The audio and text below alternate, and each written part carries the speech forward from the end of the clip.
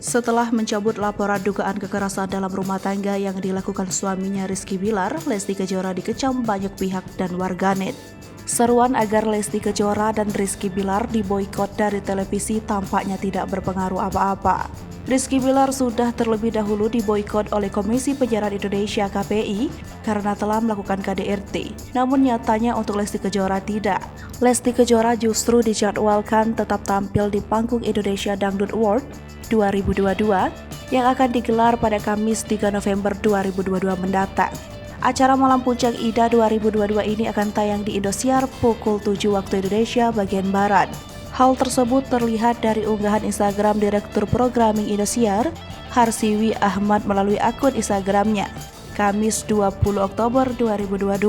Tak hanya Lesti Kejora, beberapa penyanyi dangdut lainnya juga akan mengisi acara tersebut.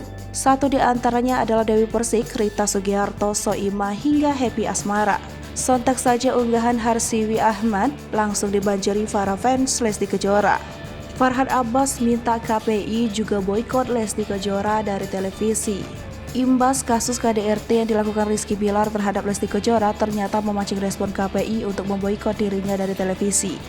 Menanggapi tentang keputusan KPI tersebut, pengacara Farhad Abbas punya pendapat sendiri. Farhad justru meminta KPI sekaligus memboikot Lesti Kejora dari dunia pertelevisian. Farhad Abbas mengatakan jika Lesti Kejora berkata kasar pada Rizky Bilar pada saat ribut sehingga keduanya pantas untuk diboikot. Menurut Farhad, keduanya sudah memiliki citra buruk dan seharusnya apabila memiliki aib hendaknya ditutup. Farhad tak menampik jika tindakan KDRT adalah hal yang biasa. Bahkan Farhad memberikan nasihat kepada Lesti Kejora dan Rizky Bilar.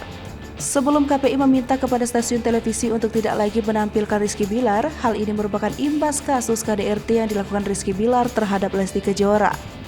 Komisioner KPI Nuning Rodiah dengan tegas menyatakan bahwa tidak ada tempat bagi pelaku KDRT di televisi dan radio. Keputusan Lesti Kejora untuk langsung melaporkan tindakan KDRT yang dialaminya juga diapresiasikan KPI. Menurut Nuning, hal tersebut bisa menjadi contoh bagi masyarakat bahwa KDRT tidak harusnya disembunyikan.